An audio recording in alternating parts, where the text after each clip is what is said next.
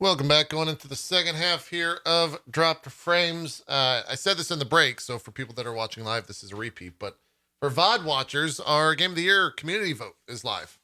You can go to itme.JP/GOTY. If you want the full link, it's goty.droppedfram.es. Just remember the other one. I'm sure Cohh will get a link up as well as Zeke, which will all just kind of go to the same place over the next couple of hours or something like that, and we'll promote it. So we'll do Game of the Year on the 2nd of January, and that's where the community voted stuff will be revealed. So you got 2 weeks. Shout out to my mods for making that. If there are any issues that you guys see or any games that are missing, feel free to hit one of them up in my channel, and we'll get it added to that. So that's that. Hey, I finished Halo, by the way. Did you want to talk about it? The spoilers stuff? Uh-oh. Okay. Go, I'll turn the camera off. You're good. It's okay. It's Okay. All right. He just ran up and gave me some birthday cake fudge from downstairs. Oh, lovely. Lovely. That was very nice. Yeah, yeah. Delicious. I was very worried. I like how you have to check your blinders. Like yeah. Oh my Lord, dude. It's great. It's great. Yeah, I don't know. Yes, I do. Should we do some Halo talk? Some spoiler talk? Okay. He's got kid aggro. He's got a nasty case of the old kid aggro. It was funny, by the way. You guys can't see this, and Zeke can't even see this. The sides of Cohh's green screen are not obviously a green screen because the green screen is a certain size. And so a shirtless child ran up on the side, and I couldn't see anything else. So my immediate reaction was, "Oh no, go for the camera feed." And Cohh said it was fine. So I think we're good. He's back. Now we're great. Okay, yeah, everything's good. We're great. Perfect. Thank you. Beautiful. Yeah, I was telling them how they couldn't see the child not wearing a shirt on the sides of your green screen. It was scary. Yes. He had. We went to our grandparents this morning, like I said earlier in the show. He had his whole Christmas thing on, so he got home and he was just like, home. Yeah. I get it. Yeah. How much spoiler talk do we want to do? The full blown spoiler? I'm okay with it. Let's do it. Okay. Are you gonna play Halo? Real talk? Are you ever gonna play Halo Infinite? Don't bother me. Okay. Go ahead. Okay. Well, let's do it. Let's do it quick because I know a lot of people are still doing their own Halo playthroughs, so we can just do like a super quick thoughts each side and kind of keep moving. Sure. Yeah. Well, my thoughts. I ran into a potential. Let me do this and do this. I ran into a potential game ender thing for me, which is I had 3 hours left in the campaign. And I went to start it. I got into the mission right before you fight. Not Atriox, but the other brute. Escuchar, what is his name? Escobar? What's his... I think it's Pablo Escobar, the brute chieftain. Yeah, there's a long level there. And I was trying to bypass it by going on the left with the grapple. And in doing so, I got to the very end of it without fighting anyone. But the way that the game registers that you can use the bridge that you have to open up to get into the building is by hitting a trigger that is in the front of that zone and not the side that I came up on. So I hit the bridge trigger, nothing happened, walked back. The sequence occurred where weapon comes over your microphone and says blah, blah, blah, blah. And then I couldn't hit the button. So I had to redo the whole level. Because I was trying to like bypass the content with the grapple. So that sucked. But I came back the next day, ended up finishing it. This boss, by the way, on Legendary, it was a motherfucker. I died a lot against this guy. I don't know if you had troubles with it. I did not have troubles with the brute. But this one I got very upset with. It was very hard. The tracking grenades are a nightmare on it. There were definitely multiple parts in the game where I'd be making progress, really no issues, a death here and there because I was running forward a little too much. And then I would get to something like this and it would just be like, well, there's 30 deaths. Yeah. I think I finished with 250 plus deaths. Yeah. I had to do a double take on that because it looked like a fight in Doom that I had to do over and over and over again. There's a lot of comparisons to the boss fights in this and Doom for sure. Just the environment with that little bridge that goes across and stuff. Like there's a one fight that you have to do that. Not as many, like you only fight, it looks like not as many ads, Right. but it's a similar kind of like circular room layout with like an overbridge that you can like look down on and stuff. Oh yeah. Anyway. Yeah. Yeah. Or did chat correct you on the number of deaths, Cohh? Is that what happened? Yeah, it's over 300. Okay. My chat told me to inform you that I first tried the final portion of the Pablo Escobar hammer fight. Oh, really? Yeah. Yeah. Because So everyone in I chat was like, he's going to definitely- charge him. He's going to charge him. And then he never charged me. He never, I like kept perfect distance or something. He never got a Yeah? charge off against me. Oh, my lord. And I was sweating got a bullets. I was like, save oh point. God, he's going to fucking get me. Like, Yeah, the I entire time. got a save point like right before one of his charges. Like literally the save loads and he goes, step, charge. Oh, And the charge is an instant kill. yeah. And it tracks. And it's AoE. Oh, So it's just like, it was a pretty painful half hour or so as I like finagled basically what I ended up having to do is like sprint every time it would load, I'd have to sprint around him, which was completely hit or miss. And then I'd have to like use the grapple on the ground to get away from him fast enough. He'd be trying to charging me as I'm running. And then on the other side, literally it's saved on the polar opposite side of where it saved. There was a weapon that I could like, I think it was a rocket launcher or something. right. That I could pick up and actually do damage with. And just trying to get that weapon equipped and loaded and everything before he actually got to me was like a whole thing. And so many times I would turn around and he'd be right there, like, you know, with this or mid-air jumping at me. It was it was tough. Yeah. Yeah. This was the one where I struggled. People got banned in chat during this moment. They got unbanned afterwards, but it was definitely a salt fest. With this particular boss that I'm fighting, because stuff, especially the air guys, the little instant, the air dudes that get summoned that have the instant fire weapons that are perfect accuracy that do like 80% of your life. For me, those guys definitely sucked. I definitely died to them. I won't say that I didn't, but for me, it was the instant kill grenades from the boss itself that you have to like air dash to get away from the big bad guy. This guy right here, I'm gonna die to a grenade here in about 2 seconds. That thing right there. Did you never die to that? Because I died every time to it. Instantly. I don't even remember seeing those. Maybe you just did too much damage. Oh, huh? Maybe you just did too much damage for those rounds, or not enough.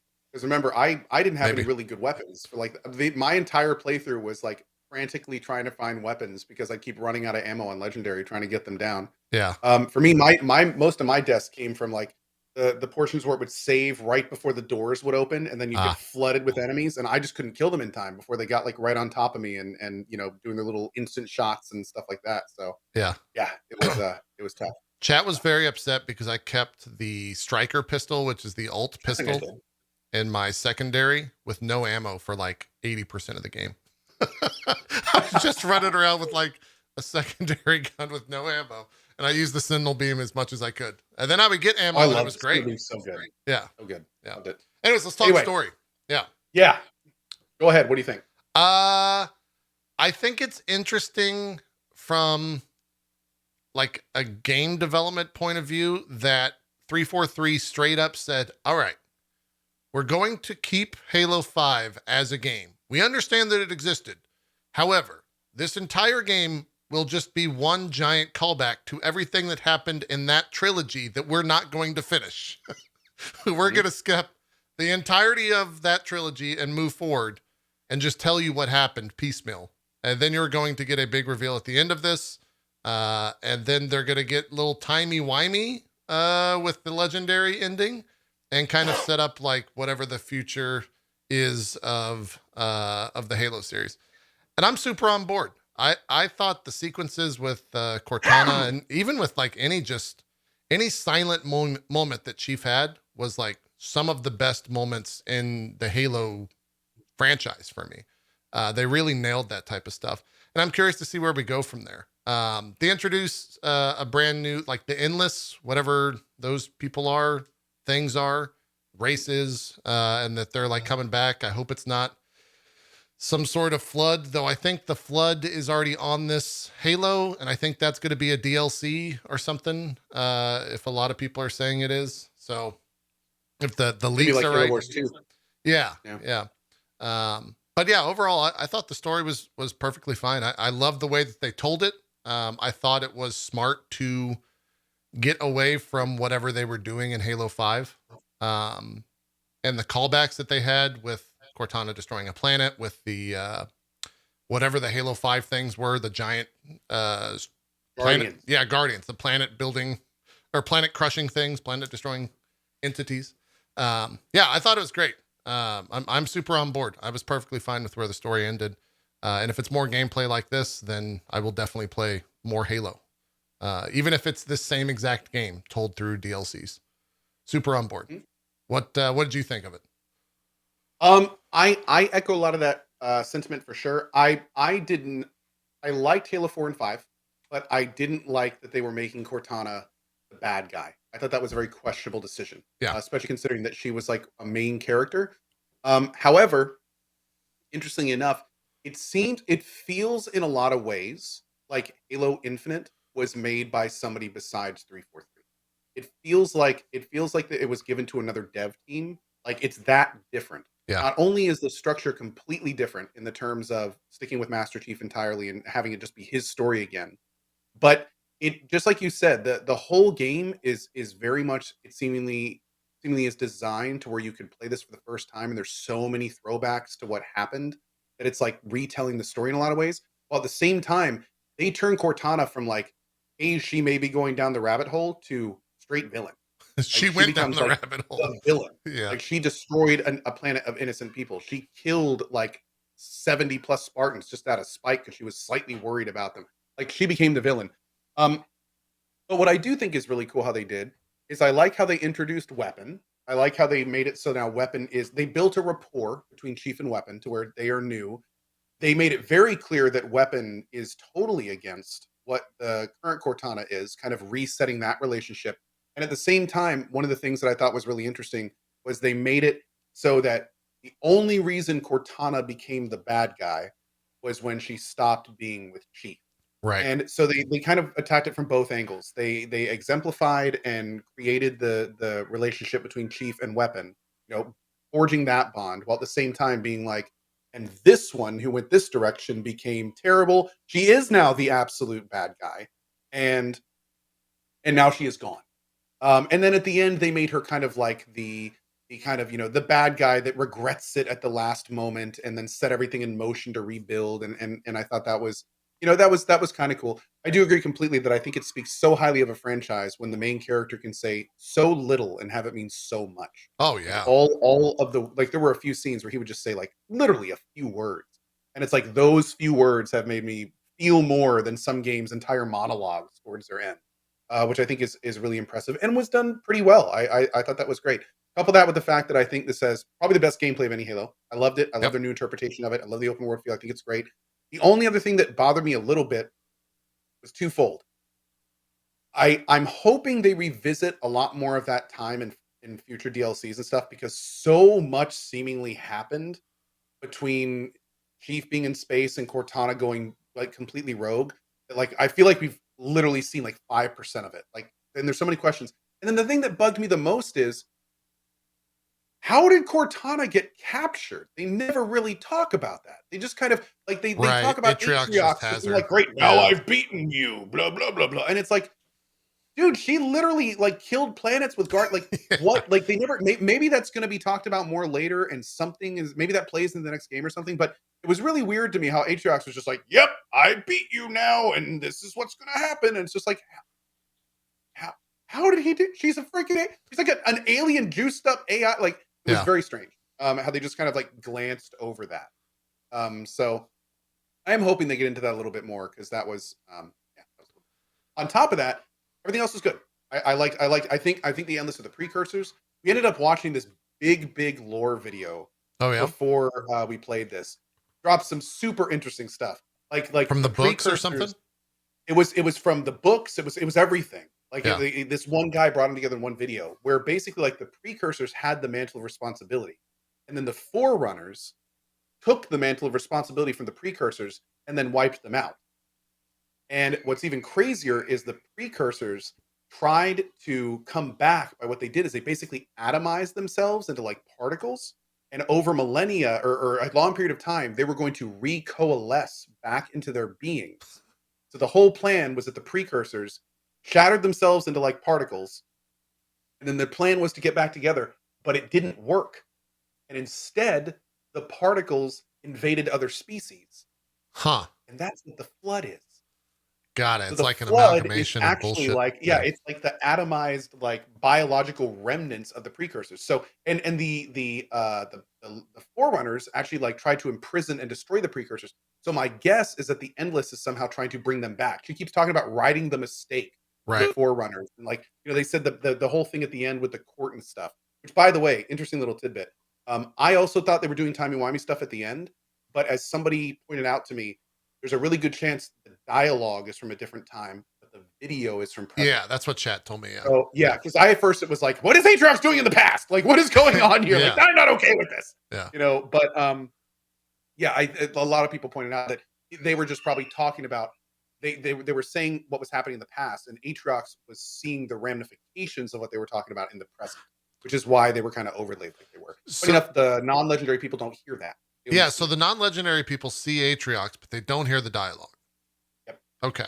That's an So interesting way that to was do it. that was apparently the little tidbit there. But anyway, yeah, TLDR and everything. I thought it was great.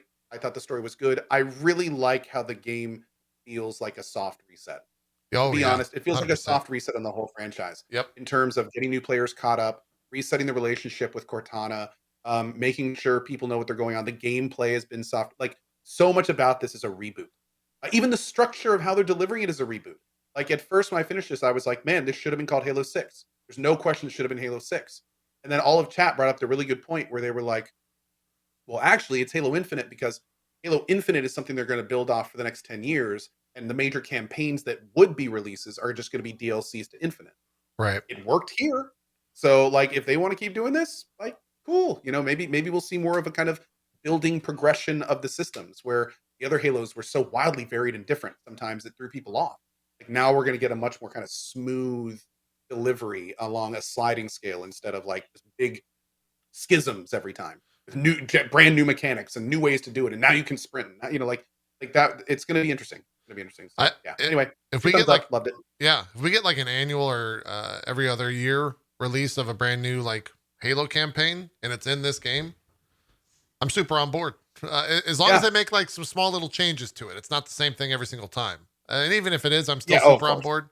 But yeah, I think that's an interesting way to deliver a single player experience these days. Also, my hope is that now we have an established environ with this ring. We have a lot of established enemies with the world that's going on. My hope is that we'll see a lot speedier development. Yeah. Like now, instead of them having to make like a new game every time, like now they have this nice big foundational sandbox and they can just kind of like build off of that. They can use a lot of this stuff over again. They can use a lot of the same enemies. Like it's all going to be exactly the same. So hopefully we'll see more of a kind of conveyor belt of the story that lets them deliver a lot more interesting content quicker. Yep. I agree. It was good. The other thing, the games, we've talked about it to death at this point. I think the entirety of the internet has. However, I tried to go back and play some multiplayer. I was bored at night. I was like, let's go play some multiplayer in Halo, see how it goes. I don't want to play a Halo where I don't have a grappling hook all the time, 24/7. Like that, the single player honestly ruined all sense of interest in the multiplayer from playing it. I definitely watched a lot of the Halo Championship Series over the weekend, and I guess the finals are later today, but I cannot play it unless there's a grapple.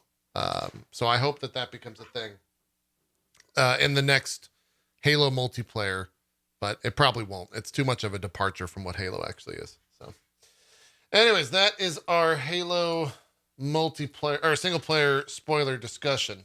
Zeke, let's jump to you. Oh, okay. What do you want to do? Where should we go? Should we do Indie Sunday? Should we do Stasis? Dealer's choice. I'll let you pick. What do you want? Let's do Indie Sunday because I've watched again doing trailer time 3 times a week.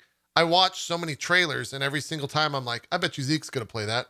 I look over here, Heavenly Bodies and Archvale. You played both of these. I saw trailers for both of these. So let's start there. How was Archvale? Let's start with that. Archvale. Archvale, like all of the games. excuse me, all the games that I played on Indie Day all had their own levels of charm. Not a real big stinker in the bunch. It was a good day. Nice. Only got to 4 of them, Oh. which normally I'll get to like 5 or 6 because there's at least 1 or 2 of them that I can't stand. Yeah. But Archvale, starting with that one, Archvale is, well, take up your weapon in this RPG bullet hell world and embark on a journey to right wrongs from long ago. Only you can defeat evil forces and blah blah blah blah blah story whatever. It was developed by Eidos and Fops, published by Humble Games. Okay. It's $14.99 on Steam, and it's an action RPG bullet hell. It reminded me a lot of Enter the Gungeon. Some people have said it's like a Nuclear Throne. If Nuclear Throne and Zelda had a baby, which is sort of accurate. That's a pretty great review of a game. Yep. It is, and it's really good. It has everything in the right place. It's not doing anything like super out of the box thinking or anything like that, but it's a solid bullet hell game. It's got a nice difficulty level. I played it on normal. There's a hard setting. I played on normal, and normal was pretty difficult a couple of the places. The thing with this, it being an action RPG though, rather than something like a roguelike like Nuclear Throne or Enter the Gungeon, you can level up. So you can come back if there's a boss that you are having trouble or whatever, mini boss, something section that you're having trouble with, you don't feel like you're leveled enough. You can, well, not level up, but you can level up your equipment.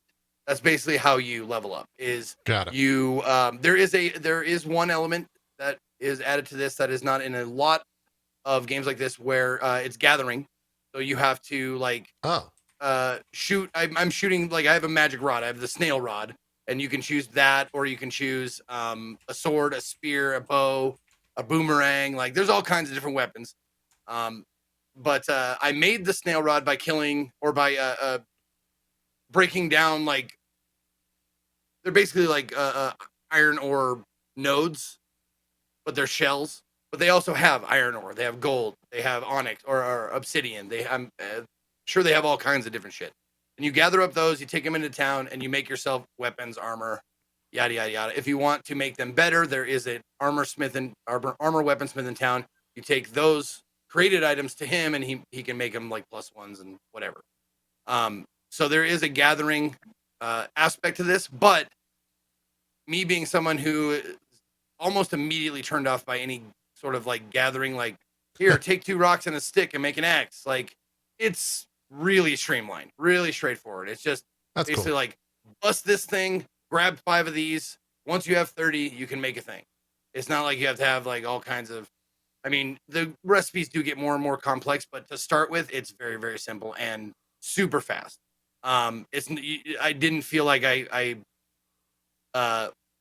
had to grind materials. Also, I think, I'm not positive, but I think that it's a set number. So like when I went back to these areas, they didn't have those nodes anymore.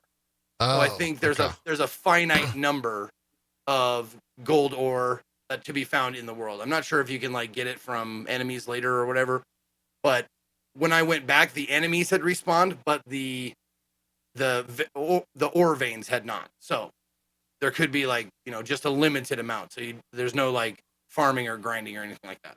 Right. But it's one of the other things that I really, really liked. You start off and you are fast. Like this is your movement speed, and it's great. Sometimes in action RPG games, there's a tendency to make the character slow to start with, and then give him like speed boots or something. Like this one, you start off like it might happen. You might get speed boots later, but like you start off pretty fast, which is excellent. I'm always a proponent of make my sprite move faster, no matter what game it is. I just want to move faster. And this game does a very good job of that. And it clips along. It doesn't do too much in the way of bogging you down with story. It gives you like a couple of lines here and there from different characters, like, go out here and do this. By the way, here's a tidbit of information about the, a little flavor text about the place, and then you're done, and that's it. I'm like, oh, that's perfect, great. Then I can go back out and, get back into the bullet hell of it. But yeah, it's super fast paced. Got a good difficulty curve, and it's constant nonstop action, which is super important to me. Like, even when I had to go back to town, I didn't feel like it was going to be a long trip. It's not like, all right, we're gonna be relaxed for a long time. No, it was like 5 minutes, go back, upgrade shit, buy new shit, go back out and get into another dungeon. Nice. So yeah, really, really, really fun game. I think it's priced right at $15. I'm not sure how much content it is, but it seemed like if you played it on the hard difficulty, there would be plenty of hours, because there was a boss enemy that I came up against that took me quite a few tries. I want to say like at least a dozen tries to beat it. Oh, that's right. I forgot. There's these little trial challenge sections. Yeah. Where you just have to avoid, like, you run around and there's a dash, by the way. It's one of those games that has like a dash dodge. Like you have iframes, so you can like dash around. Those 3 little green dots that are my hearts, you get 3 of them before they need to be refreshed. Sure. And periodically you'll find these little like gem statues around the world, and it's just a matter of avoiding all of the projectiles, the bullet hell projectiles, and collecting the gem 9 times, and then going to level 3 or level 2, doing it again. And sometimes they have 3 levels or whatever. But it's a cool little like mini game break from the action. You don't have to shoot or anything in that. You just have to run around and avoid shit. And I liked it. I liked the little break from runny shooty to just like that's the Zelda part of it. Hectic dodging. Yeah. Yeah. It was good. $15 seems like how many bosses? Because I think I saw a handful of folks fighting. I don't know if they were end game bosses or what, but it seemed. You mentioned bullet hell, and that seemed like true bullet hell. It seemed like just a nightmare happening on screen. Did you happen to run into that? Yeah, there was a couple of sections where, and it wasn't necessarily like the bosses can get pretty hectic, but they know that you have to be there. You have to keep coming back to it. So there were some sections with just trash mobs that like flood 80% of the screen with just huge, like moon and night bullets. Like, it's like, dude, look how huge the bullets are. There's no way you could avoid them. And a lot of times you walk into a screen, you're like, all right, what's next? Do. And then you just like, you get like just perforated I ever seen by a a little million bullets. Yeah, this is one of the bosses. Yes, yeah, the old ghost crab. And this is the one that took me several tries, many tries, on normal even, and it was a lot of fun to figuring it out. Very frustrating, but also very rewarding once you get it done. It didn't seem, mechanically it seemed very solid, very responsive. Every death was my fault. There were a couple times where I was like, it didn't read my input, but take that for what it is. Yeah, that's we all do that. It's just salty. Yeah, exactly. My mouse didn't click, but I clicked it. Yeah. So I did. I pressed the dodge. I did. And also, like, if you don't have the proper armor on, like, I think I'm wearing like spell like cloaks or robes, and they up my damage, but they provide like almost no protection against things. So if I get hit hard. So I'm glass cannon. That's the build I chose. Oh, that's another thing. You can sort of choose the build you like, and the method by which you fight the enemies and stuff.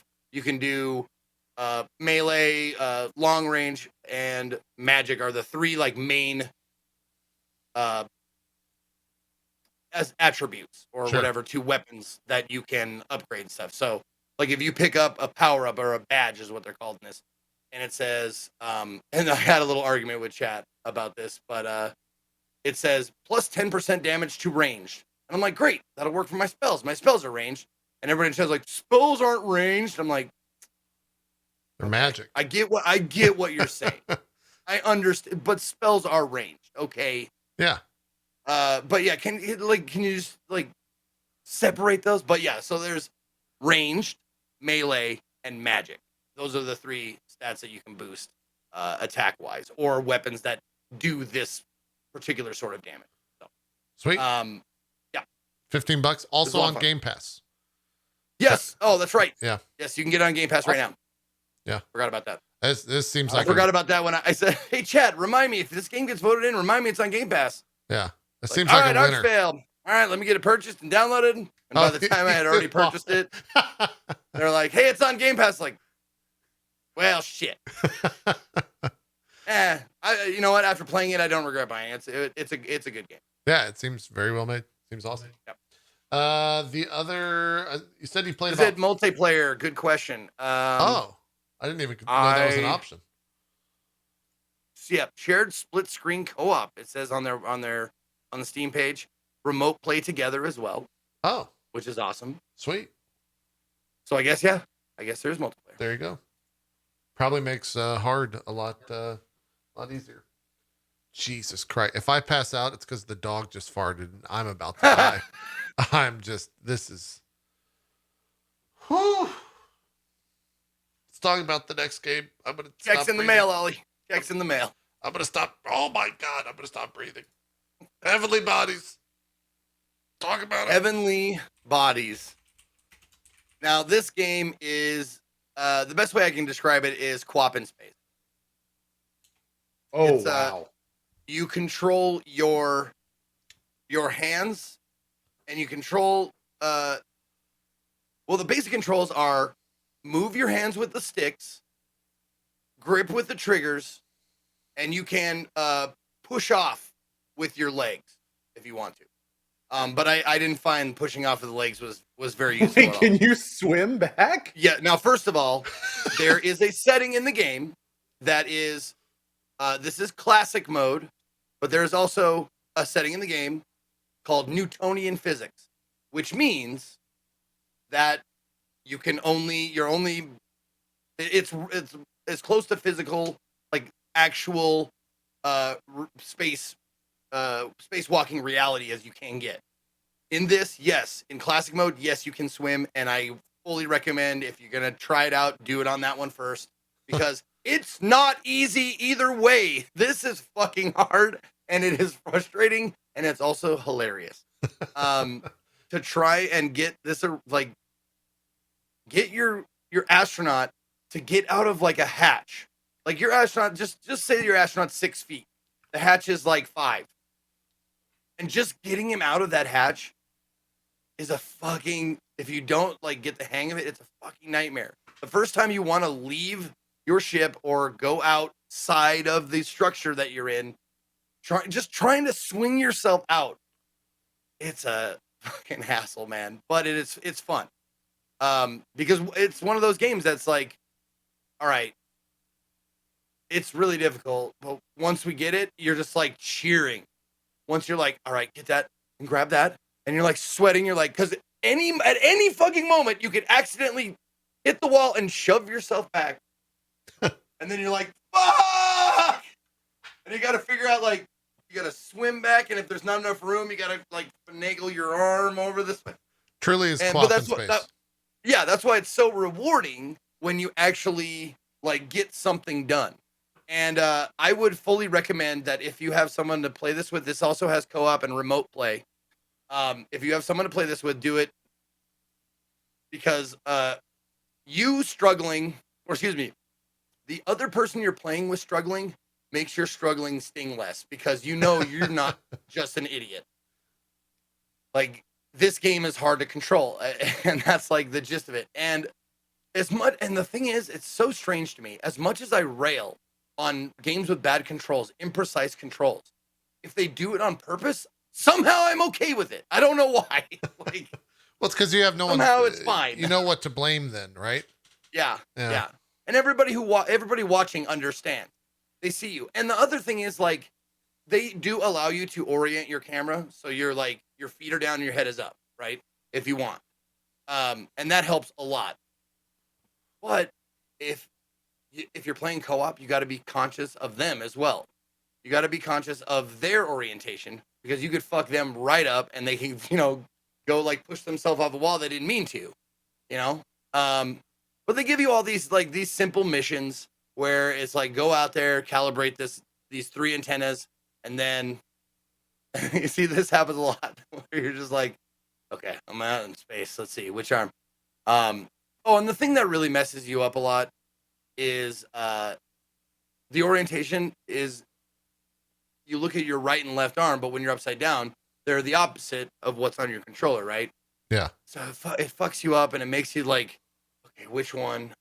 And you have to like, this is what I end up doing. I end up like gently wiggling one to see, okay, it's that one. Okay. And then I start, using it or whatever. But it becomes a hilarious thing just trying to open something or, extend or push or anything like that. Everything becomes, a complete chore, but also, super rewarding once you get it done. And also like trying to move around without any like walls or something, like just out in the middle of space. You end up doing some pretty funny like little dances and jigs and stuff. You're like, that's what space is like, right? Flailing out in space. Yeah. That's what Every everyone time wants I've been to go. there, it's like that. Yeah. We've all been up on the Bezos ship, so. Oh, you guys, I'm on the waiting list. Yeah. You guys already been up? Okay. Yeah, we did.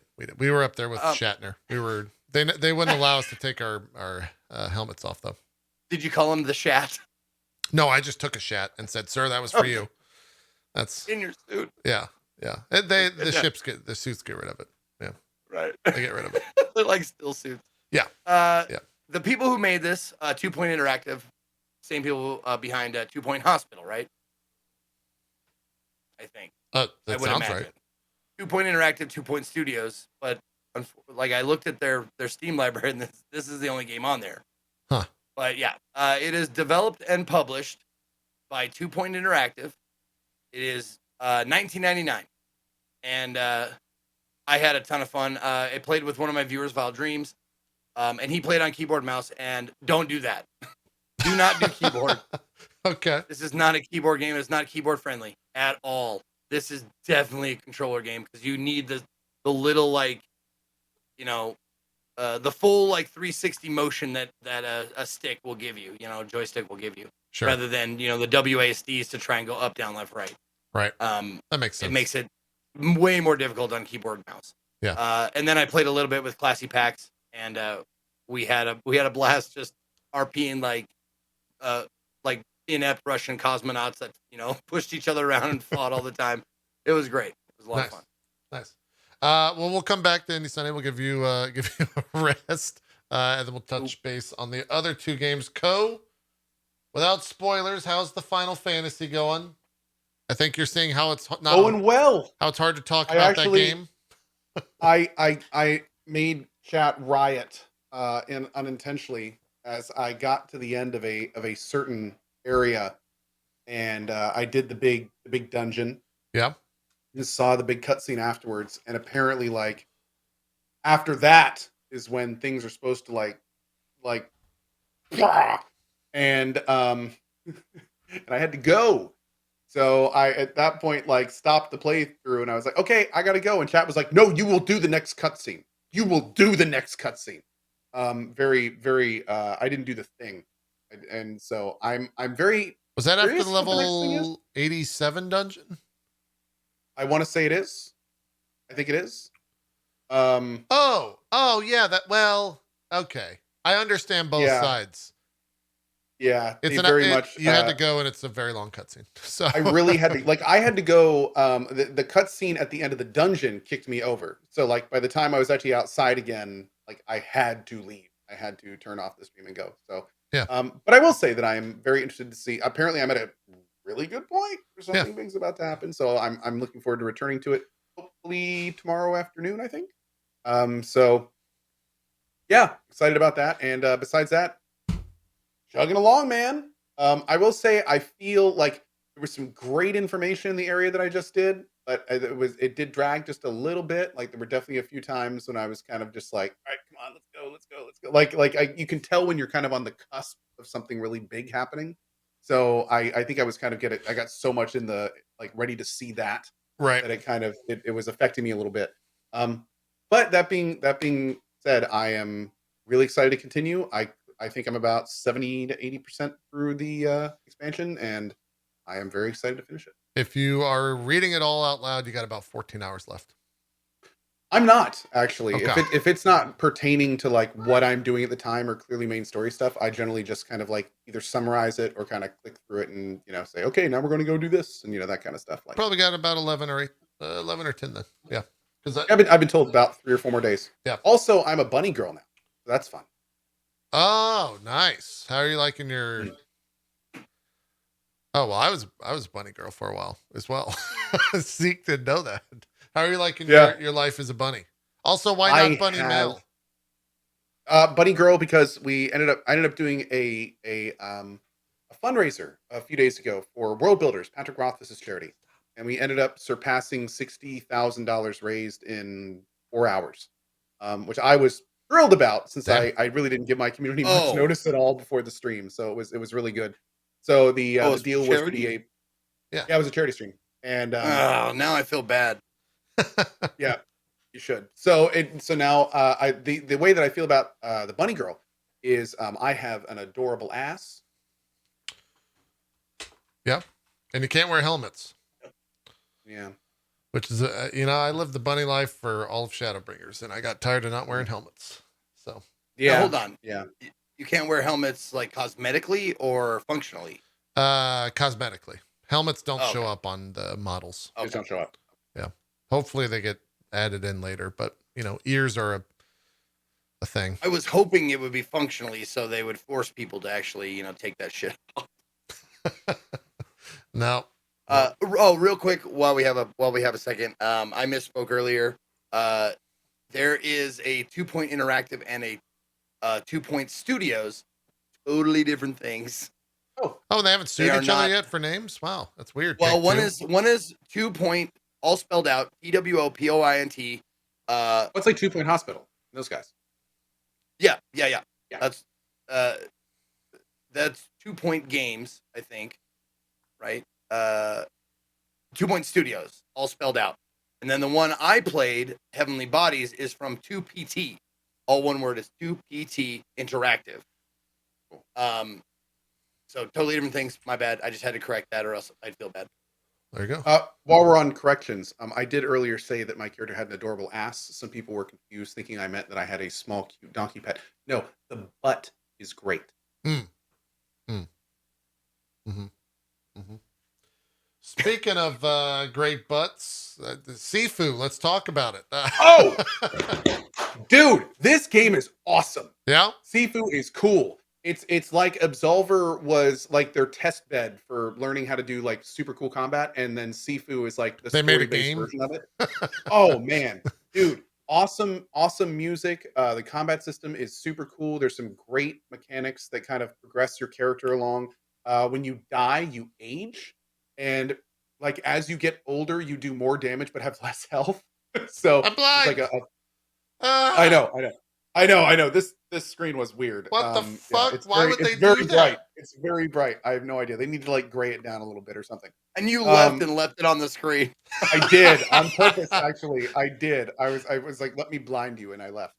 But no, there's like a full combat system. There's a full leveling system. There's clearly a story with a bunch of characters. They don't really get too much into it in the preview. It's just like there's only like one thing and one little level, like a club scene. And but yeah, dude, I kid you not. I sat here. I did the preview the first time, and I got to like age 75. Wow! And just getting through it, and the game crashed at the end because I was so old. I think I had a heart attack.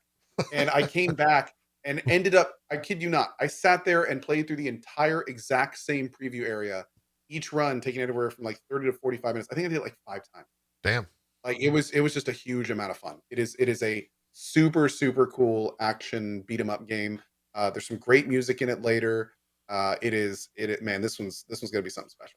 Does it like? Do they have difficulty settings, or was it just start and that's it? Like you just play? No, it's just you start and you start playing. Yeah, Okay. I didn't see any difficulty settings at all. Yeah. There's a parry system. There's a directional blocking system. So Ooh. like you can Like you For can Honor tap, style directional blocking? kind of. So you can tap to block or to parry, and Okay. the parry's super tight. So and if you pull a parry off, you can do like a counter attack. You can do a directional throw, that kind of stuff. But then if you hold, then he does like a standing block.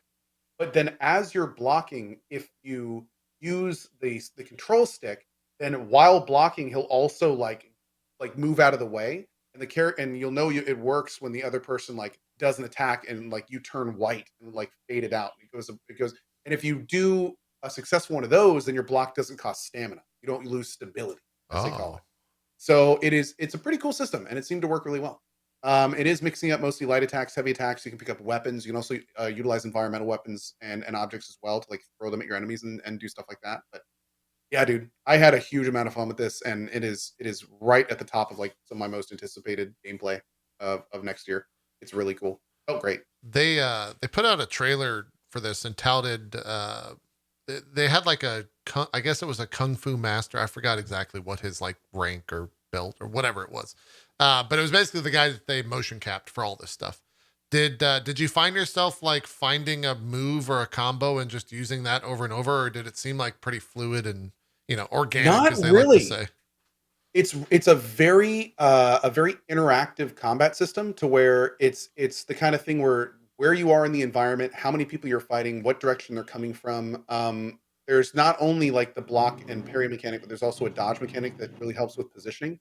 So I mean there are a few combos that I kind of like comfortably came around. Like there's light and heavy attacks. You can do like light, heavy, light, heavy, Yeah. two heavies, a light and a heavy. So, but I never found myself really just picking like one combo and sticking with it because it seemed a lot of times like it really depended on the situation. Like this part right here is super cool. The music picks up Do you just and you'll fight see here in a everyone? second. Oh yeah, dude. just You walk literally up. walk Sorry. in and you start fighting like like everybody that's there. That's pretty sick. Yeah, it's pretty freaking awesome. Button mashy, did it feel that, or were you actually having to like No. think about your attacks?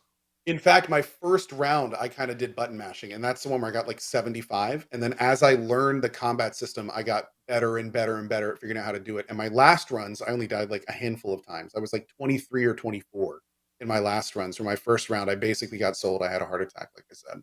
Huh. So it is not button mashy at all. It is very reactive. It is very positional. And it's like a lot of times, like right now, as you can see what I'm doing, a lot of times I just got back and like looked at what was happening and tried to like find the best point of entry to then go in and engage all the people that are there. So yeah, it does not cater well to button mashing at all. If you button mash, also you leave yourself open. Fuck. Because they're if you button mash, you leave yourself open a lot of times to attacks that you like right there. I just like dodged out of a combo because that guy was coming up behind me. Oh I my just would have kept God, mashing and he she's just would have dead. slammed me in the back. Oh yeah, She they're will all not live. they're dead. Absolutely. Then this like you're about to see, I think right when I kill this guy, and yes, again, they are dead. I think that's when we do like the main kind of yeah, here we go. Like this chick hurts. I'm pretty sure she has weights in her shoes. Huh. Oh my lord. So you have like these little stylized boss fight things that happen, and they have like their own kind of cool move sets and stuff. And I'm a sucker for a music fight, man. Yeah, this is the pretty music sick. is great. There's that DJ in the back is just thumping the whole time. Oh my God, this seems really awesome. Yeah, Did cool. did you or did they give you any sense of like how long? God, they have to fix that all white screen. Any sense of how long the demo was in terms of the actual game? It's really hard to tell because I'm pretty sure like there was not only multiple areas of this area that I couldn't get to, like a lot of doors were locked. I did find one key at one point that let me come back and go to a different area. Also, interestingly enough, there does appear to be a slight roguelite mechanic where in my first heart attack life, I got a certain key. And then when I played it again, and to get to that area, so the first round I did, I died a whole bunch of times, so I didn't know what I was doing. I entered that club area with the DJ, and I went to the left, and I fought my way up to the top, and I killed a guy and got a key. And then when I went through the door, which I later learned was basically the end of the preview, my game crashed. Now, when I came back the second time, I had the key. So that time when I went in, instead of going to the left where I went the last time, I went to the right and I used the key to unlock a door. So clearly, like there is some sort of repetitious element where you will probably be playing levels multiple times to kind of uncover everything. Got it. Okay. That being said, it did take like 30-ish minutes, I'd say, to For a make it through run? the level. And from the looks of it, I think I counted like you get like this board, and as you discover more things, it fills in with like newspaper clippings and pictures and things like that, kind of showing your progress through the world. And I think there was like 5 of those sections. But that, of course, doesn't mean that's all of them. Maybe there's multiple boards. Like I have no idea. So I can't really say, length. I can say all that I played was really cool. Yeah. So as long as they keep up like this quality level of areas and locations and things to do, like, yeah, I'm sold. I hope there is a lot of it. Narnan is asking if there's multiplayer. There's not, right? It's single I player. don't believe there's any multiplayer. Yeah, I think multiplayer so. was Absolver. Like if the combat system feels very similar to Absolver, so if you're looking for multiplayer, I would say that's probably where you want to be. This is essentially them taking everything they learned from Absolver and putting it in like a story. Yeah. Story with like actual RPG and growth mechanics. Well, although Absolver had that, this one seems like it's probably done in a little bit more of a linear way. Makes sense. Zeke, were you ask some? EGS. Oh, okay. There it is. I was going to ask if it was Epic Game Store exclusive, but it says on their little ad on the Epic Game Store, it does say PlayStation. So I'm yes, EGS and PlayStation exclusive, not Xbox. I don't believe. Yeah, I'm not sure. I saw PS4, PS5, and Epic. I guess the big question really for me is this game comes out on the 22nd. Elden Ring's the 25th. Nope. Probably get. Oh, it's not. Google says, bumped it up. Oh, really? Oh, I'm pretty sure they bumped it up. Oh my God, Google lied to us, chat. It says Sifu initial release date February 22nd, and then right below that in bolded text it says Sifu launches on February 8th. Yes, they actually specifically because they announced their release date in February. They were one of the first to announce their February release date. So when they saw Elden Ring and Horizon and Dying Light and all these big titles getting at the end, they were like, "Oh hell no!" Because coming out early. That's what I was about to ask you. Is like, does this have about 3 streams worth of content? Would you say? So just to reiterate, like fantastic positioning decision by the devs. Yeah. Like I'm planning on fully exploring this game thanks to that decision, and I am very, very happy they chose to release it early. Yeah, this will be the big kickoff, I guess, for February. Then I think one of them. Yeah, there's a couple games. Oh, there's also Dying Light, which is what, the 2nd or the 4th in February? Is it? Or did that get delayed? I don't know. I haven't looked into it yet. There's like Destiny and my first most anticipated is Weird West, but that's in like I think mid-January. Oh, okay, gotcha. Yeah, February's crazy. 4th. Oh, February 4th. Dying Light 4th. Yeah. At least it says on Epic. Okay. Yeah. See. Yeah, that's going to be big. No, I don't know if you said this at the beginning, but is this game, or did you get? Is this a sponsor stream, or is this just they just got you got early preview? I was just given an early preview from the devs. Cool. Yep, there was no sponsorship of any kind. Yep. Cool. Oh yeah, then that's right. Lost Ark is on the 8th as well. Fuck. I thought that was 11th. No? I don't know. Chat's saying the 8th. Did they take time off or good month? Yeah, they're I feel like everyone's going to, up until they release, it's all a moving target because they're all just feeling.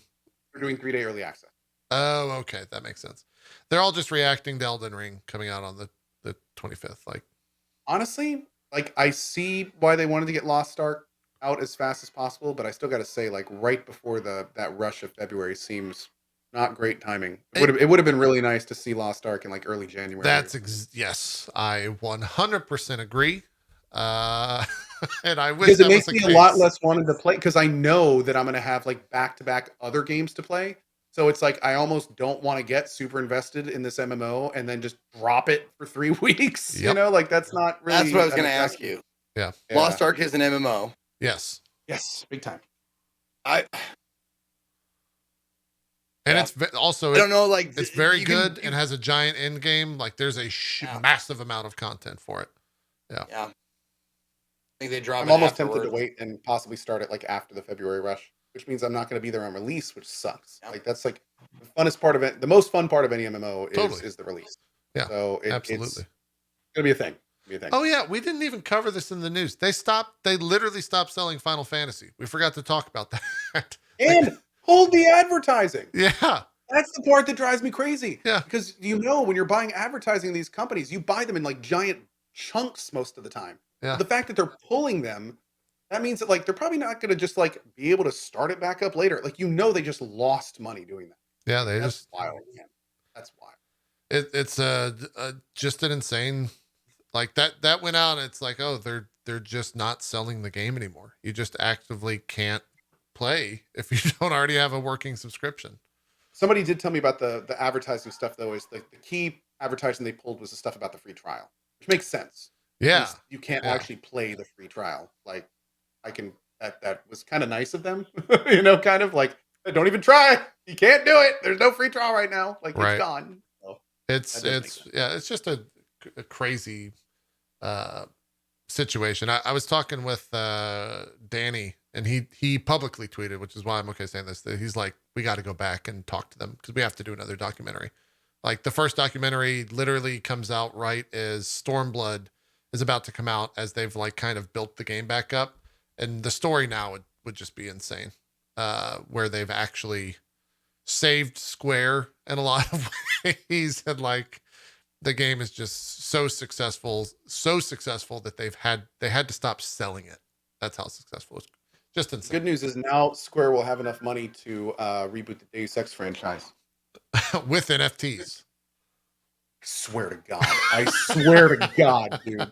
If they pull it back and pull some shit like that. You don't want to see. Lord. I was about to say David Hayter is who's the main character of Deus Ex? What's his name? Adam Jensen. Adam Jensen. You don't want to see Adam Jensen NFTs? He'd be selling them. Oh, God, great, dude. That would be the most ironic, like ridiculous thing ever if they actually eventually pull back Deus Ex and try some other ridiculous marketing shit and sink it a second time. Well, wouldn't that also go against the entire like message of that game? In essence, if it was like loaded with NFTs, like a corporate, like oh man. Meanwhile, you probably have Elias FFXIV on Twitter just screaming, "I didn't ask for any of this. Stop it." Oh man, we'll see. Oh my God, dude. Let's jump back over to the old Indie Saturday. I keep saying it. I think I've referred to it as Indie Sunday this entire show. It's now Indie Saturday. Yeah, me too, dude. Don't worry about it. I didn't even notice. Yeah. Well, your VODs reminded me. So whoever's naming your VODs or your highlights, they're doing a good job because it's Indie Saturday. Don't tell him that. He'll just get a big head and start demanding other shit. Okay, you suck. Whoever's making your VODs, you're just the absolute worst. Good job. Thank you. The bad work. Do me a favor here. One-handed clapping. You want to talk about that? One-hand clapping. One-hand clapping. Yes, one-hand clapping. What now, even is this? It's you're gonna want to have you need sound for this. Oh really? Oh, I think this might be. I've seen people play this. Yeah. Fast forward a little bit. I've seen people play this back game. On screen. Okay. Yeah. So this game, you explain what it is, and then I'll unmute a little bit. Requires you to have a microphone, and you sing to create bridges, to open doors, all that kind of stuff, and it really felt like it could be a very good teaching tool for people who want to learn how to sing and how to change their pitch and match notes and that kind of stuff. I didn't play it for too terribly long. I played it for about an hour and 20 minutes. But it was like super fun and kind of difficult for someone who I used to sing. I used to be pretty decent at singing. And after 25 whatever years of living a hard life and smoking cigarettes and all that kind of stuff, my voice is pretty terrible at the moment. My singing voice, at least. And so hitting high notes, low notes and stuff, I could have done it if you talked to me in high school, this game would be fucking easy. Now it's kind of hard because I'm I can't get it. But yeah, it's a game where you picture a chasm that raises. So in order to get from your place to the top, you have to go and raise your pitch. Yeah, they go back to the beginning. Now there's another picture another chasm, but with like a big brick wall in the middle of it. So you got to go and go back down again. You know what I'm saying? So like it senses your microphone and draws the image of your pitch and stuff like that. So, but I just if like you watching watch you this, sing while muted. if you watch the stream, it's you don't have to sing. It does help, but you don't have to sing. It's measuring pitch. It measures pitch in your voice, but it doesn't have to come out as a tune. Right. So if you want to talk like this, or if you want to talk like this, it'll register that. So you don't have to be a good singer, or super accurate to play the game. It does help, but the other thing that helps play the game is being able to sustain notes as well. So sometimes you have to, take a breath and go, oh, make the platform raise. Yeah. And stuff like that. But it's a cool cool mechanic, and I had a lot of fun doing it. I had a lot of fun taking requests from chat. Like, all right, solve the next puzzle, but sing Africa by Toto. Like, okay, I'll try. So Yeah. I would do that stuff. And there was a lot of times when I felt kind of bad because this is a very wholesome game. It's a very like cute, like you can play with your kids and stuff. But there was definitely times where I was like, fuck, fuckity fuck, like doing like that kind of stuff. And I mean, obviously it works. They don't register swear words. So, yeah. But it was a lot of fun. One hand clapping. It is $14.99. And yeah, it's a pretty straightforward gimmick, and I loved it. I'm gonna have to go back and watch a little bit of your playthrough because I watched Lyric play this. Oh, really? A couple weeks back, maybe months back at this point, and he has zero. Both he has no voice and he has no musical talent whatsoever. And so watching him play, and the other funny part is initially I think when he played it, the game's microphone was connected to his stream's audio. And so anytime a donation would come in with text to speech, it would mess with the game. And I was going to tell you he didn't realize it as well. It was a very funny playthrough. I was going to tell you this. So in my channel, if you build up enough channel points, you can time me out. Yeah. For 5 minutes. Right. But I still play the games because I can't just like stop playing. Yeah. Whatever for 5 minutes. So like I put up the shitbox image. I don't speak, and I was like, how am I going to do this? But my sampler goes into my microphone. Like it feeds into my gaming PC. So there was like, like, show me your butthole. Like that. I was like, show me your butthole. Show. And then I needed something low, so I did this. I beat the shit out of some kids today. Nice. Yeah. Nice. Made me feel good about myself. Yeah. So like you got Billy Bob Thornton for the low if you need to go low. And then I was pressing buttons on my sampler to get it the game to work. And it actually worked. It made it a little more difficult, obviously, but it worked fine. It was fun. It's a super unique game for sure. Yeah. Super unique, without a doubt. One hand clapping. And then what was the fourth and final game? Real quick, one hand clapping on Steam. It is $14.99. It is developed by Bad Dream Games and published by Handy Games. Okay. And the last game I played was A Distant Stabbing. Oh, is that this? Yes. Okay, I saw you rage quit this game. Well, it's one of those. Well, let me read you the description. It's an apt description. A Distant Stabbing, a game designed to upset you. Master bouncing your arrows to see how high you can climb. Ideal for alt-tab gaming while you wait for your next match to start. So they're like, what are you the queuing? Fuck?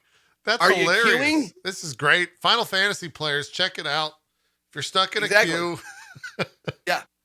But it is frustrating. It is a very frustrating game. It's akin to like Jump King, except this one moved faster than Jump King, and it was slightly more forgiving.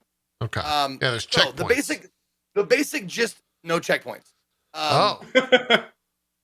The basic gist of the game is you fire an arrow, and if your arrow hits something at anywhere like Oh, there we go. A flat plane. Like if it hits like this, and you got like a little bit of range for it to hit, they kind of like, it's like if an arrow would stick into the ground or like bounce off the ground. Huh. Kind of a thing. That's where you land. So if you want to go like, and there's all kinds of bouncing planes and stuff. See that it like it bounces all around and it can bounce you all the way down to the bottom. There's very much like a getting over it back to the pit feeling if it happens. Well, it looks like every time you fall, you're just popping back up where you were. But that's the thing. Yes, that will happen. If your arrow lands and your guy can't stand there and slips off and falls, he dies, and then you go back to the place you were. So it's forgiving in that manner. However, the way it fucks you is if you shoot an arrow and it starts ricocheting, it can ricochet a lot and go pim, pim, pim, pim, and go all the way back down to the very beginning. And that happened several times. However, it doesn't happen as much as other games of its like. So that's why I was okay to play it for a little more. And I actually played it a little bit before the stream today. Like I actually fired it up again and played it a little bit until I fell back down the beginning again and was like, all right, maybe I'll try it some other time. The other thing is there's no save. No save feature. So you get as far as I know, you get as high as you can. There it is. That's how you fall. But in order to go all the way back to the beginning, your arrow has to hit the ground at an angle no greater than like 45 degrees. You know what I'm saying? Got it. Okay. Or hit a wall. You can hit a wall too. So like there's a certain amount of distance that you can fall without dying. So if you shoot an arrow, like say I'm 6 feet away from a wall and I shoot an arrow directly at it, it'll hit that wall, stop, and I'll fall down the 6 feet. Fine. If I shoot it up and it's at the good enough angle, it'll hit the wall, I will spawn and fall down and die and then go back to the original spot. And when I first started it appeared like there was no rhyme or reason to like how it worked, how when it would ricochet or not. Yeah. But you kind of get the feel for it. There is an amount of velocity and the angle of the arrow itself that will either make it ricochet or make it stick. So if you shoot an arrow softly that it would normally stick, or excuse me, shoot an arrow too hard that would normally stick, sometimes you shot it too hard, it'll go and bounce off the wall. So there's a lot of finesse and finagling and all that kind of stuff. Couple of things though. Couple of big fat fucking gripes. One, no save. Fuck you. 2, there absolutely 100% has to be an emergency death button. You have to have that because I got stuck in the environment 2 or 3 times and I could not die or reset. I would have to go all the way back to the beginning. That sucks. Have whatever the unstuck thing is, for like, you get into collision and you can't, you just go into the command prompt, type unstuck. Something like that, please. Please. That sucks. It happened a couple times. Now, granted, it didn't seem like this game needed, eons of programming. It's a pretty straightforward game with one real function to it.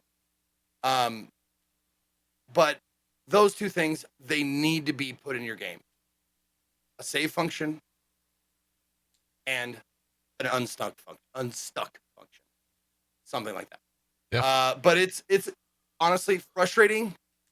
Once you get the hang of it, you're like, oh yeah, it becomes like getting over it, Jump King, like that kind of thing. Like you understand why it didn't work most of the time, and you're like, oh, and you're praying. You see the arrow going, pam, pam, pam, pam. You're like, please don't hit the. No, wait, I can still save this because if it hits something and it's a long enough fall, it'll just put you back there. But if it sticks, so it's like you're down. Playing Plinko on Price is Right. Sure. Yeah. That's what I'm getting out of this. The name of the game is A Distant Stabbing. It is developed and published by Andy K. Huh. I'm guessing it's one person. Just Andy K. One person game? And it is $7.99. And I love the tags. Difficult. Okay. Precision platformer. Okay. Psychological horror. Nah, man. nah. It's trying to get some of that Steam early access money right there, putting psychological horror. Oh, Dev specifically responded regarding the issues Zeke talked about. Hopefully the update is released, as he said. Oh, really? Did he? Okay. Awesome. Cool. Good stuff. There you go. Before we close out on Zeke, I would love to hear about Stasis. Yeah. Let's do it. I could definitely talk at length about Lisa and Stasis. Can we do Lisa today, and then when I finish Stasis, we do that? Oh, I love you, Co. I haven't finished. Okay, no, I haven't. I'll be finishing it on Tuesday. Okay, cool. You go. Yeah, let me not load the Lisa Part 10 The End VOD. Let me go back a little bit earlier. Okay. Yeah. How's yes, Lisa? The Scotch. Yeah. Lisa is a game that I actually fired up in 2015, because I believe it came out in 2014, if I'm not mistaken. It's all caps. Let me get to the store page here. Yeah, it was released in 2014. Now, this is not the first Lisa game that I was made aware of. The first Lisa game was called it was called Lisa the First, I believe. And it was a downloadable, like itch.io style kind of a game. But I didn't play that one. This was the only one I heard of. So I played this one. This one's called Lisa, or Lisa the Painful. Same thing. Okay. Because Lisa, it always has like a subtitle. So Lisa the Painful, Lisa the First, Lisa the Joyful. But the tag on the Steam page is The Miserable Journey of a Broken Man. And that is absolutely true. It is made, I think it was either made or styled by RPG Maker, styled after them, or made with using it. Yeah. But it's one of those experiences. I played it 2015 for about 2 hours. I was like, man, this game is something. I got to come back to it. Took me a long time, but eventually came back to it. Man, I'm glad I did. This game is a game that will stick with you for a long time after. It is weird. It is gory, a little gory-ish. It is sad and off the wall, hilarious. Like, a lot of descriptive words would fit this game. It's might be a little bit too, I don't want to say wacky, but like it might be a little bit too non-linear. Like, it's really depressing, but it's really intriguing. And you meet all these different characters and stuff. One of the things that really, really drew me to the game, or really like locked me into the game, you gather up party members. A lot of them. There is a ton of extra characters that you can pick up in the game. I think I picked up, oh man, I want to say like 15 or 16 or something like that. And there's like, I want to say there's like 20, maybe 20 something, like 20 plus total. You only use 4 at a time, but that's what one of the things that locked me in this game is there are certain situations where they will die for good. They will be gone. And it's random sometimes or all the time. So like you'll come up against a thing and it's like that character is dead. And I'm like, oh, okay, I'll just rest. And it's like your character's 3 members. And you're like, wait a minute, what? And chat was like, dead. Like not coming back dead. And I was like, oh, what? Like real ass consequences? Wow. And it's random. Like there's a section in the game where you can lose 0 or all of your no, I mean it's not just 0 or all. You can 0 through all of your NPCs if you get super duper unlucky. I ended up losing 2 permanently. And I was like, permanent? Oh, whoa, that's weird. I really like those characters.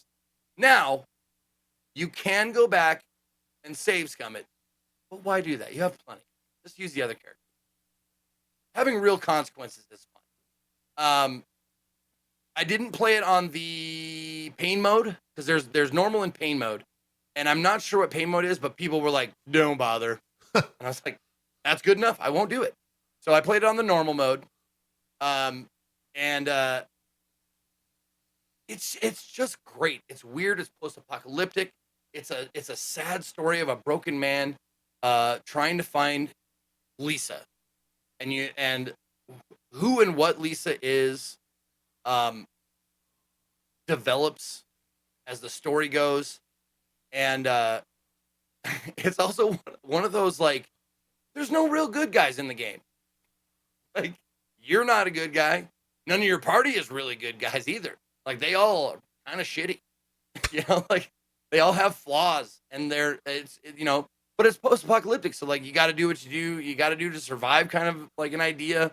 But just to give you an example, like that guy Nern, this guy right here. Okay. He's I likened him to. Do you watch What We Do in the Shadows? I know a fair bit about it, but I've not watched it. There's a guy in it. He's not a regular vampire. He is not a psychic vampire, an energy vampire. Yeah.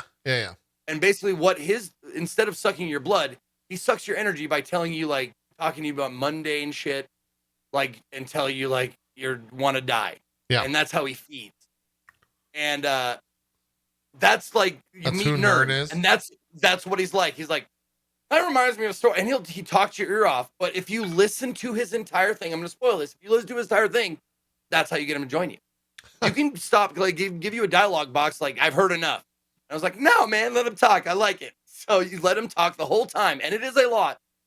He's like, you know what? I'll tell you on the road. And he just joins you, and you're like, oh, well, swell. Okay, cool. But like getting the other people to join you and finding the party members is a lot of the fun, because you never know, like if you come upon somebody, you're like, is this a fight or is this a party member that I can get? Right. And sometimes it's both. But yeah, it's a fun game, fun story, or not fun story. It's a fun game. It is a deep, kind of heartbreaking, eerie, weird story. I was really into it.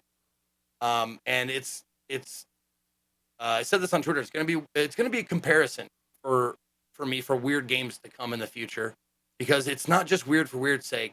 It has you can see the point to it, and it's well done. It's not just trying to like, ooh, we're weirding you out now. Ooh. It's like it's a style choice, and that I can jive with. All right. What's it? Cool. What's it run? What's Lisa run, by the way? Lisa is $9.99, $10. Took me looks like 20 hours. Oh no. 18 hours, because the other 2 hours were before. We're way back when. So it took me about 18 hours to get through it. I did pretty well. I got how many of those did I get? I got 44 of 68 achievements, so did all right. About 65% of the achievements, and a lot of those are gathering. I didn't get all of the party members that I could have. I'm not gonna shit, but it's a great game. I enjoyed it. Cool. And they have a DLC for it, Lisa the Joyful, which apparently ties up the story pretty well. And I haven't played that yet. Future. That was definitely something You're definitely going to in the future. Oh, right. Thank you, Femikari. The music, easily some of the best, like, I want to say MIDI chip tune, like banger after banger, man. Like, seriously. Some of them will hit me wrong, but too many of them hit me right. And you start fighting this boss, or you enter this area and you hear this tune and you're just like, wow, with the limitations of whatever sound like thing they were working with, fucking churned out some awesome tunes. Cool. Yeah. It's great. Cool. Cohh was asking, you definitely are going to play Lisa what was it? Joyful. The Joyful? Yeah. Yeah, at some point I will definitely play it. I needed to let that sit though. Like after the end of it, it's definitely like it's like watching the road. Yes. Okay. Yeah. And just like, all right, I need an emotional break. Yeah. I need to go. I'm gonna look at baby seals and kittens getting along real quick. I'll be back. Yeah. Makes sense. Makes sense.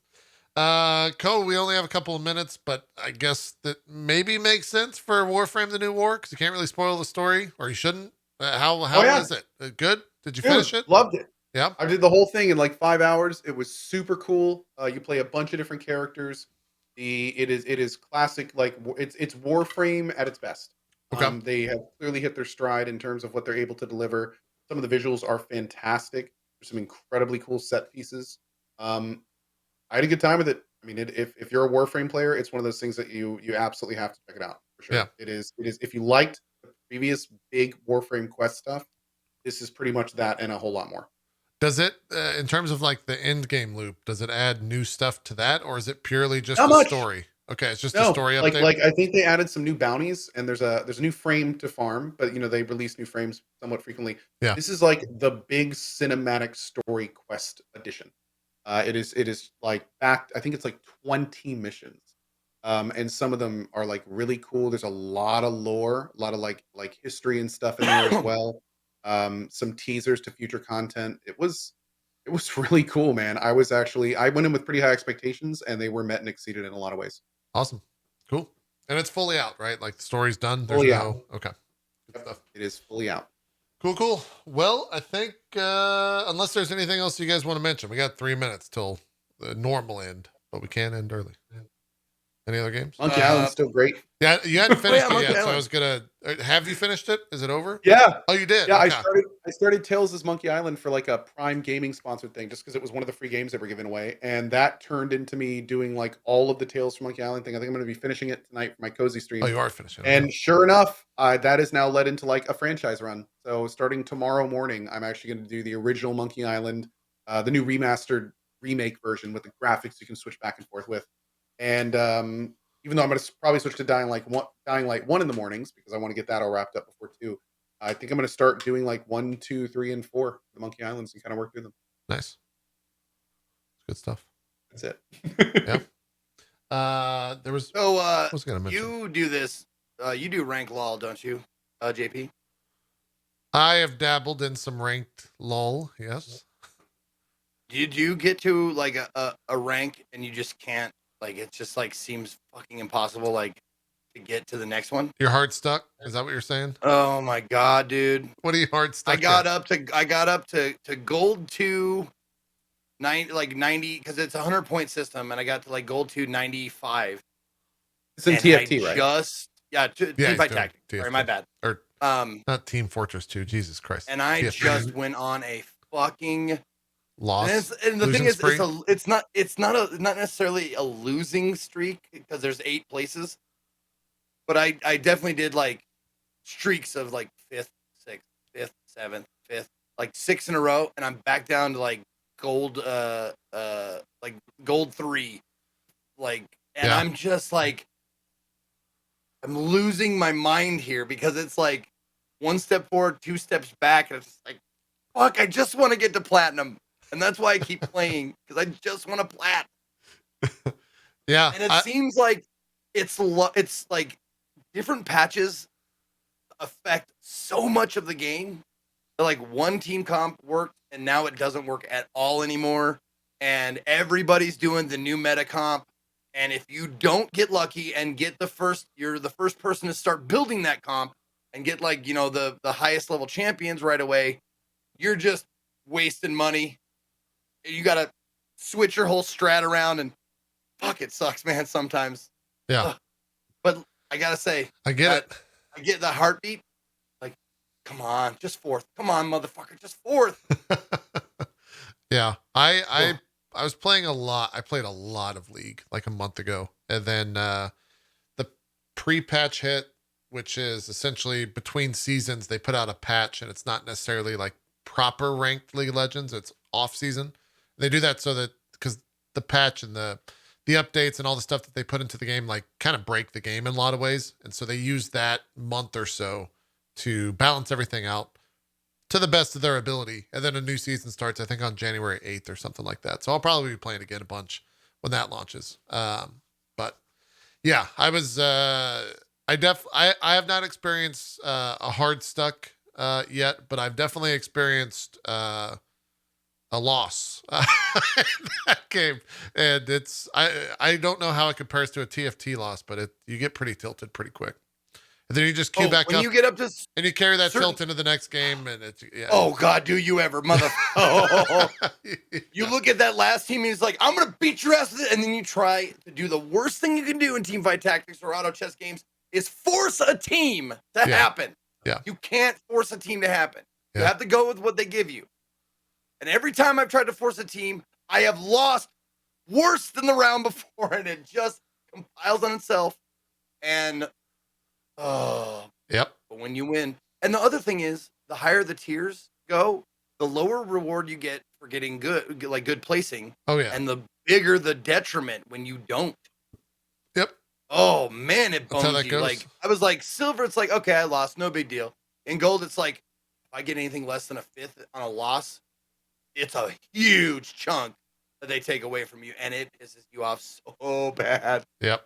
That's one thing that playing as much Overwatch as I did when I was like playing a lot of Overwatch, like season 1 Overwatch. I learned to not carry bullshit from game to game, or it'll just ruin the experience. Like you have to just, Chad always like, you have to become water. You have to have a mental reset, because if you don't, you carry it to the next game and you're just like the saltiest piece of shit ever. And you're joining people that maybe are playing their first game and they're like, let's play Overwatch. I'm so excited. I'm happy. You're just like, shut the fuck up, motherfucker. Put up your goddamn shield. Only Let's serious go. players here. Yeah. So you gotta not be that. You gotta not be that guy. I know, but like sometimes, like when I start my first game of the day, like someone will chat and say, "What's up, everybody?" You know, it doesn't happen very often, but sometimes and I'll be like, "What's up?" And then like by the sixth game, if I'm having a bad day, someone will be like, "Hey guys, what's up? You guys doing all right?" And I want to tear that guy or gal.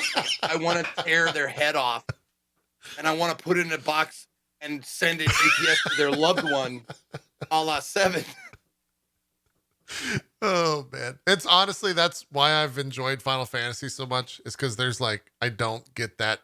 It's the complete opposite when it comes to like emotional response playing the game. I don't get upset when I play at all, but then I go load up League of Legends and it's like, all right, let's go visit Tilt Town, USA. Let's see how this goes. You guys are very brave to do that at your ages and blood pressure values. Yeah, it's very brave. Yeah. Oh, dude, I eat so much red meat and I smoke cigarettes, man. I'm not long for this world, homie. Especially when I play TFT, because you'll see the vein. It was one of the funniest. I shouldn't actually say funniest, but it was funny hearing Aaron tell me this after the fact. When we first started dating was when Overwatch was really big in season 1, when I was going for the like top 500 grind. And she said that when she knew I was playing and I would say, hey, I just finished Overwatch, she would wait like 45 minutes to respond to me because I was a different, like, angrier person. Competition, man. It's a hell of a drug.